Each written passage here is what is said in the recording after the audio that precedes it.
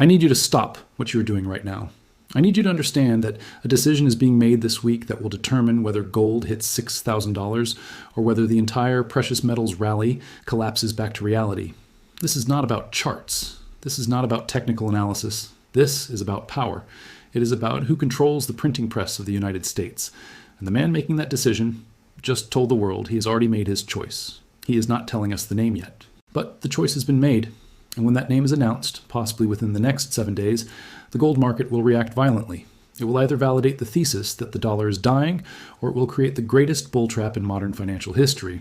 There is no middle ground here. The next Federal Reserve chairman will either be the man who destroys the dollar to save the banks, or the man who destroys the banks to save the dollar.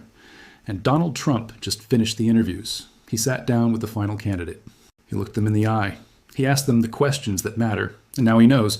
He knows who will sit in the chair when Jerome Powell walks out the door in May. The markets do not know yet, but they are trying to guess. And that guessing is what pushed gold to $4,941. That guessing is what pushed silver to $99. The markets are front-running the pivot. They are betting that Trump picks the dove. They are betting that the next Fed chair will be a man who cuts rates aggressively, who prints money freely, who sacrifices the dollar on the altar of economic growth. But what if they are wrong? What if Trump surprises everyone? What if he picks the hawk? Let me walk you through exactly what is happening right now behind closed doors. Let me show you the names on the short list. Let me explain what each candidate represents for the future of gold and why this decision is the single most important catalyst for precious metals in 2026. Donald Trump told CNBC on Wednesday that the search is over. He said, quote, "We are down to 3, but we are down to 2, and I probably can tell you we are down to maybe 1 in my mind." He would not say the name. He smiled. He deflected. But the language is clear. The decision has been made. He is just waiting for the right moment to announce it. Treasury Secretary Scott Bessent confirmed the timeline. He said the announcement could come as early as next week. That means by the end of January, we will know the name of the man who will control interest rates, control liquidity, control the value of every dollar in your bank account. And the timing of this announcement is not random. Jerome Powell's term as Fed chair expires in May 2026. That gives the new nominee 4 months to prepare. 4 months for the Senate to confirm. 4 months for the markets to adjust their expectations. But here's the problem. The markets are not waiting.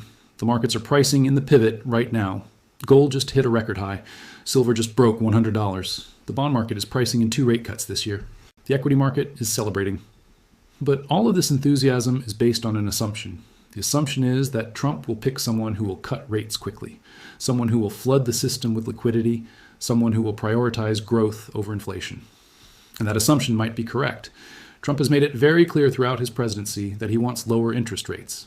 He has publicly attacked Jerome Powell for keeping rates too high. He has demanded cuts. He has threatened to fire Powell. He has called him incompetent. So the logical conclusion is that Trump will pick someone who agrees with him, someone who will give him the low rates he wants. But there is a twist. There is a complication that the markets are not fully pricing in.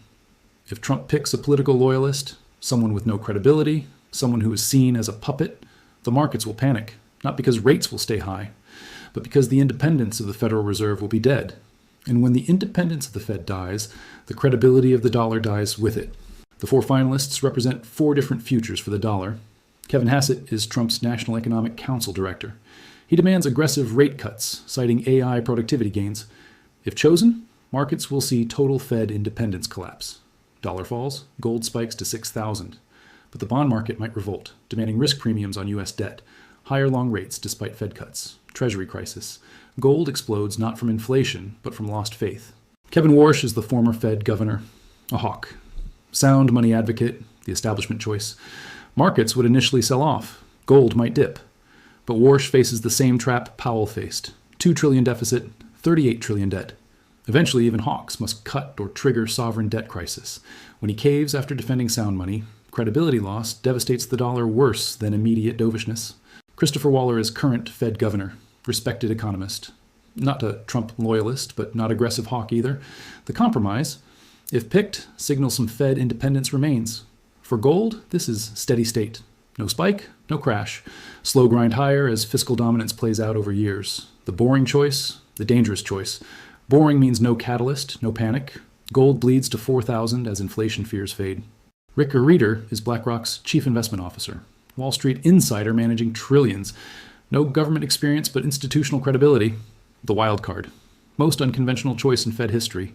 Signals. Trump wants someone who understands actual market mechanics. For gold, reader means liquidity.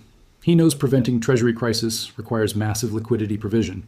He will cut rates, restart QE, whatever it takes. Gold goes much higher. So, which one will Trump pick? The rumors are swirling.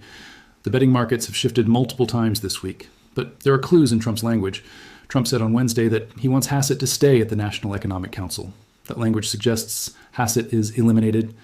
Trump also said that Treasury Secretary Bessent only wants to stay where he is. That removes Bessent from consideration, though he was never truly in the running. Trump praised Reeder in the interview. He called him impressive. He said Reeder was the last candidate to interview and that the conversation went well. But Trump praises everyone, so we cannot read too much into that. So we are left with Warsh, Waller, and Reeder as the realistic top three. And Trump's language tells us something critical. He said we are down to 3, but we are down to 2, and I probably can tell you we are down to maybe 1 in my mind.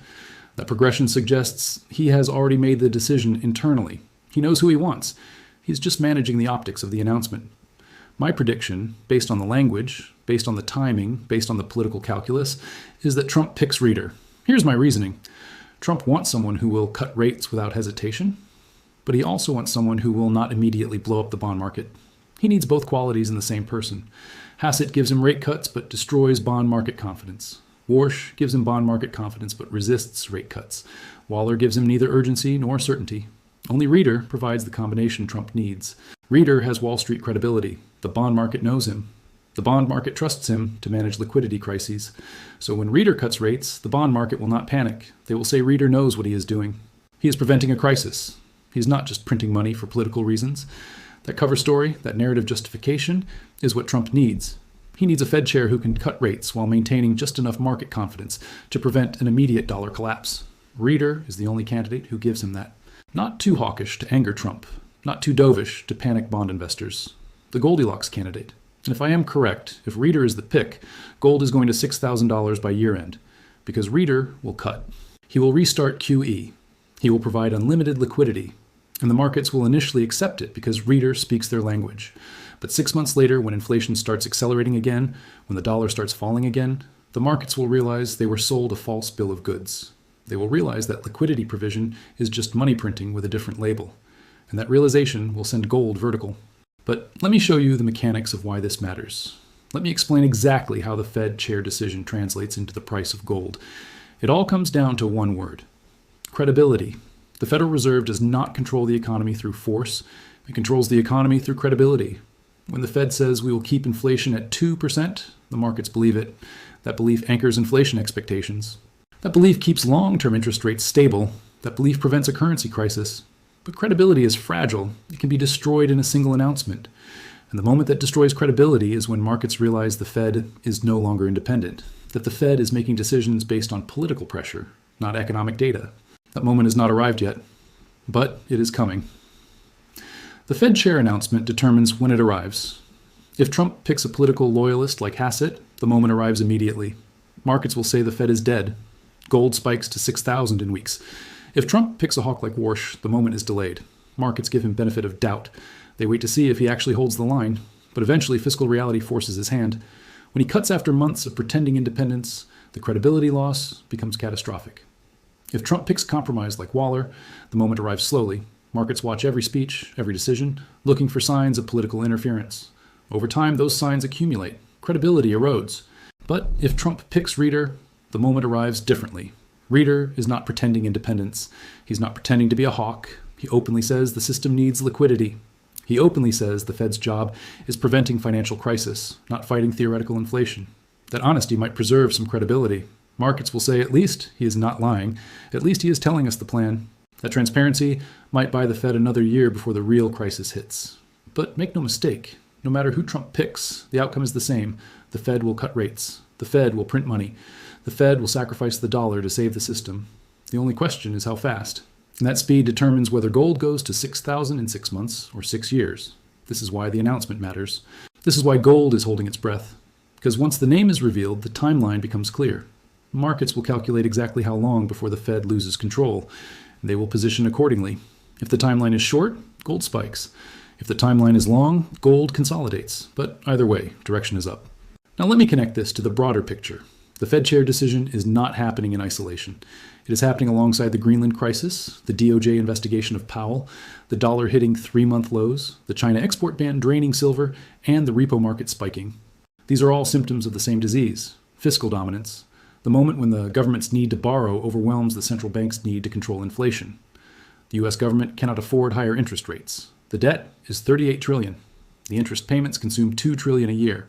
If the Fed keeps rates high, the government goes bankrupt. So the Fed has no choice but to cut. The bond market knows it. The equity market knows it. The gold market knows it. The new Fed chair will determine only the timing of that inevitable cut. And the timing matters because it determines how violently the market reprices. A fast cut means a fast repricing. A slow cut means a slow repricing. But both paths lead to the same destination. Gold at 6,000, silver at 150. The dollar losing half its purchasing power. Think about the pattern. Every central bank that loses independence sees its currency collapse. Weimar, Zimbabwe, Venezuela, Argentina, Turkey. The sequence is always the same. Government pressures central bank. Central bank resists. Government replaces leadership. Money printing accelerates. Inflation spirals. Currency dies. We are at step 3. Trump is replacing Powell with someone compliant.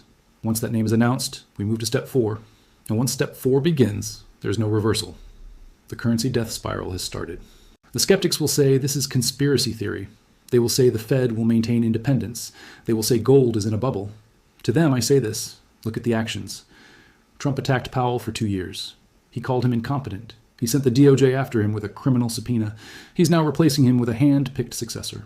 Do you believe that person will be independent? Do you believe they will tell Trump no when he demands rate cuts? If you believe that, you're ignoring the reality of power dynamics. Trump is not selecting a Fed chair.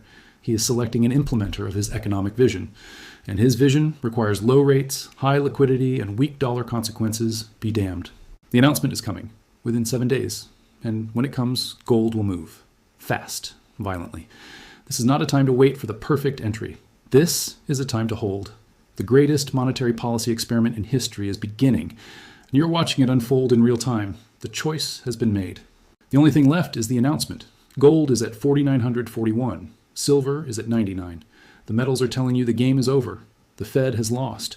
The new chair will preside over the death of dollar credibility. He will try to manage it, but he cannot stop it. The mathematics are inescapable. The only way out is inflation. And inflation means gold goes to 6,000. This is not a rally. This is a repricing. The repricing of the dollar against real assets. And it has just begun. The Fed chair announcement will accelerate it. The pivoting point is here. The decision is made. And the market is about to discover what it means. I am Asian Guy. The monetary reset is happening right now.